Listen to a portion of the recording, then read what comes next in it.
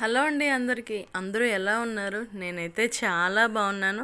మీరందరూ కూడా బాగుండాలని ఆ దేవుని మనస్ఫూర్తిగా కోరుకుంటున్నాను. Welcome back to my channel happy family vlogs with Harsha. ఇదైతే వెడ్నెస్డే రోజు వ్లాగ్ అండి, అంటే టీచర్స్ డే రోజు మాట.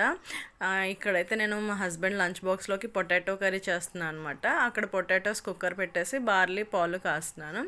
ఇక్కడ కర్రీ కూడా అయిపోయింది. పొటాటో కర్రీ కదా, నేనేమి షూట్ చేయలేదు ఫ్రెండ్స్. ఇక్కడ కర్రీ కూడా అయిపోయింది. కర్రీ అయిపోయిన తర్వాత నేను మా హస్బెండ్కి లంచ్ బాక్స్ అయితే ప్యాక్ చేసేసాను. ఈరోజు హర్ష కూడా ఎర్లీగా వచ్చేస్తాడు అనమాట. టీచర్స్ డే కదా, 10:30కి స్కూల్ అయిపోతుంది. సో ఇక్కడైతే లంచ్ బాక్స్ ప్యాక్ చేస్తాను. వెళ్ళిపోయారు ఇద్దరు. వెళ్ళిపోయిన తర్వాత మా హస్బెండ్ నాకైతే చికెన్ తీసుకొచ్చి ఇచ్చారన్నమాట. ఎందుకంటే నేను ఈరోజు చిట్టి ముత్యాల కోడి పులావ్ అయితే చేస్తున్నాను. అంటే నాకు తీసుకొచ్చి ఇమ్మంటే తీసుకొచ్చి ఇచ్చేసారన్నమాట. వాళ్ళిద్దరూ కూడా వెళ్ళిపోయిన తర్వాత నేను ఇక్కడ షవర్ అది చేసి వచ్చేసి ఫ్రెష్ అయిన తర్వాత చికెన్ అయితే మ్యారినేట్ చేస్తున్నాను. ఇక్కడ ఒక స్పూన్ పసుపు, కారం, ఉప్పు వేసుకొని గరం మసాలా, అల్లం వెల్లుల్లిపాయ పేస్ట్, కొంచెం పెరుగు వేసి చికెన్ అయితే మనం మ్యారినేట్ చేసుకుందాం ఫ్రెండ్స్. మ్యారినేట్ చేసుకొని ఒక 1 అవర్ అలా పక్కన పెట్టేసామనుకోండి, మనకి పులావ్ అయితే చాలా బాగా వస్తుంది. ఇక్కడైతే నేను చికెన్ నానబెట్టుకున్న తర్వాత చికెన్ మ్యారినేట్ చేసుకున్న తర్వాత రైస్ అయితే నానబెట్టుకుంటున్నాను. ఇక్కడ 2 గ్లాసెస్ ఆఫ్ రైస్ తీసుకున్నాను అనమాట. 2 గ్లాసెస్ ఆఫ్ రైస్కి మన గ్రేవీని బట్టి, నార్మల్గా అయితే కుక్కర్లో చేస్తుంటే గ్లాస్కి 2 గ్లాస్ ఆఫ్ వాటర్ వేసుకోవచ్చు. దాన్ని బట్టి మన గ్రేవీ కన్సిస్టెన్సీని బట్టి మనం వాటర్ అయితే యాడ్ చేసుకోవాలి ఫ్రెండ్స్. ఇక్కడ నేనైతే కొత్తిమీర, పుదీనా, ఒక 3-4 పచ్చిమిర్చి మిక్సీ పట్టుకొని పక్కన పెట్టుకుంటున్నాను ఆ పేస్ట్ని. ఇంకా మా హర్ష కూడా వచ్చేసాడు కదా. మా హర్షకి బిర్యానీలు అంటే ఇలాంటివి అంటే చాలా ఇష్టం ఫ్రెండ్స్. చాలా బాగా తింటాడు. ఇక్కడ బాండీ పెట్టుకొని ఇంకా స్కూల్ నుంచి వచ్చేసాడంటే ఇంకా నా వెనకాతలే ఉంటాడు ఫ్రెండ్స్. అసలు అయితే టీవీ చూడాలి, లేదా నేను ఎక్కడ ఉంటే అక్కడ ఉంటాడనమాట. ఇక్కడ మసాలా దినుసులు అన్నీ వేసుకొని కొంచెం బాగా ఫ్రై అయిన తర్వాత మనం ఆనియన్స్ వేసి ఫ్రై చేసుకుందాం. ఆనియన్స్ కూడా కొంచెం బాగా వేగిన తర్వాత అల్లం వెల్లుల్లిపాయ పేస్ట్, మనం అల్లం వెల్లుల్లిపాయ పేస్ట్ చికెన్లో కూడా వేసాం కదా, ఇందులో ఒక 1/2 స్పూన్ వేసుకుంటే సరిపోతుంది అన్నమాట. అదే అల్లం వెల్లుల్లిపాయ పేస్ట్ పచ్చివాసన పోయేంత వరకు వేగిన తర్వాత మనం పేస్ట్ చేసి పెట్టుకున్నాం కదా కొత్తిమీర, పుదీనా, పచ్చిమిర్చి, అది కూడా వేసి కొంచెం పచ్చివాసన పోయేంత వరకు వేయించుకోవాలి.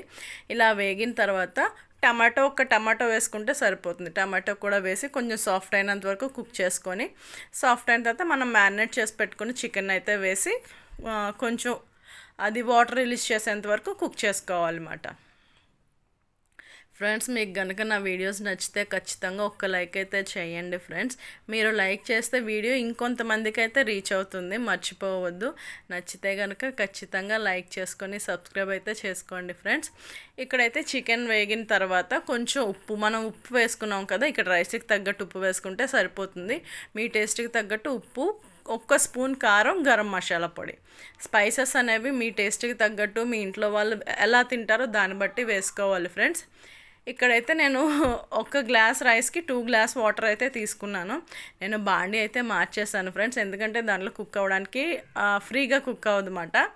అందుకని చెప్పేసి మార్చేసి నేను పెద్దది పెట్టుకున్నాను. రైస్ కూడా అక్కడ వాడదేవుకొని పెట్టుకున్నాను అనమాట. పెట్టుకొని రైస్ వేసేసుకొని ఒక 5 మినిట్స్ అయితే హై ఫ్లేమ్లో కుక్ చేసుకోవాలి. ఇక్కడే మనం సాల్ట్ అది కూడా అడ్జస్ట్ చేసుకోవాలి ఫ్రెండ్స్. సాల్ట్ మీకు సరిపోతే ఈ స్టేజ్లోనే వేసుకోండి. నాకైతే సరిపోయింది, నేనైతే వేయలేదు. మనం మూత పెట్టుకొని ఇంకా మీడియం ఫ్లేమ్లో కుక్ చేసుకోవడమే. హై ఫ్లేమ్లో 5 మినిట్స్ కుక్ చేసుకొని, కుక్ అయిన తర్వాత మూత పెట్టేసుకొని మీడియం ఫ్లేమ్లో కొంచెం దగ్గర పడేంత వరకు కుక్ చేసుకోవాలన్నమాట. దీన్ని ఏంటంటే కింద నుంచి కలుపుతూ ఉండాలి ఫ్రెండ్స్. ఇక్కడైతే నాకు బిర్యానీ అయితే రెడీ అయిపోయింది ఫ్రెండ్స్. ఇంక నేను దీనిలో కొత్తిమీర అలాంటివి ఏమీ వేయలేదు, ఎందుకంటే ఆల్రెడీ పేస్ట్ వేసుకున్నాం కాబట్టి. ఇక్కడైతే బిర్యానీ అయిపోయింది. నేనైతే స్టవ్ ఆఫ్ చేసుకొని మూత పెట్టుకొని కాసేపు అలా వదిలేస్తే సరిపోతుంది. మీకు నెయ్యి టేస్ట్ కావాలి అనుకుంటే ఒక అడిషనల్గా కొంచెం వేసుకోండి, ఒక 1/2 స్పూన్ వేసుకుంటే సరిపోతుంది నెయ్యి. ఇక్కడైతే నా బిర్యానీ రెడీ అయిపోయింది. Thanks for watching my videos friends. Please like, share and subscribe to my channel happy family vlogs with Harsha. Thank you friends, thank you so much.